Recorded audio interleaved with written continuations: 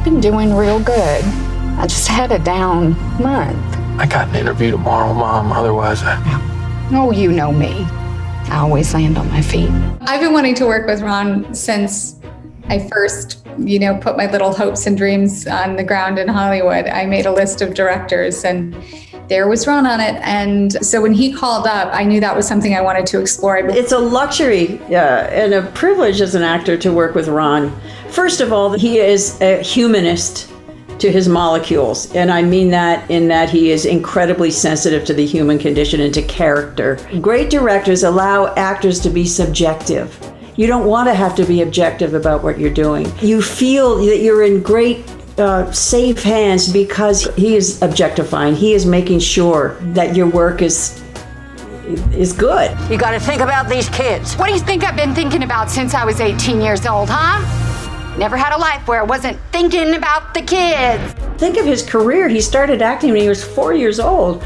So the way he handled Owen was really moving to see. And then Gabe, Ron has, he has the experience both as an actor and as a director and as a producer. It was just a wonderful thing to watch. I was always dealt with a lot of maturity all through the Andy Griffith Show, all through all of that.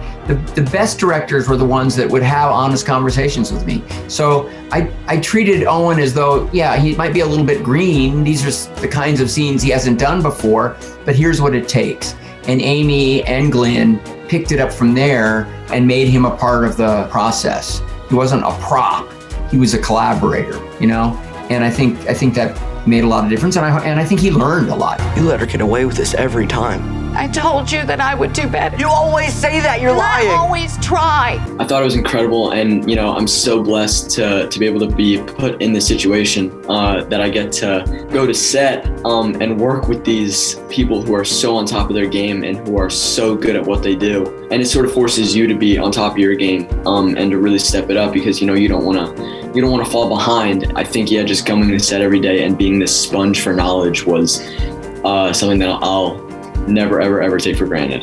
Ron, obviously it was a huge blessing to work with him. It was very fortunate. I was very fortunate to be cast in the film. Even going through the audition process with him, I guarantee you he's very thoughtful and he's very genuine. And I guarantee you he helped all the other actors, regardless of if they got the role or not. He was very giving in that sense and really respected you for even being in the room. No, I thought your mama was going to be all right. Be happy. I know I could have done better. But you got to decide. You want to be somebody or not. I wasn't interested in the sort of the socio-political side of the book. That wasn't the story that intrigued me. I was interested in understanding this gauntlet that he had been through, these two crisis points in his life that were so intense and yet particular and small. In some ways, they're culturally specific, reflecting cycles of dysfunction or, generational trauma or cultural trauma.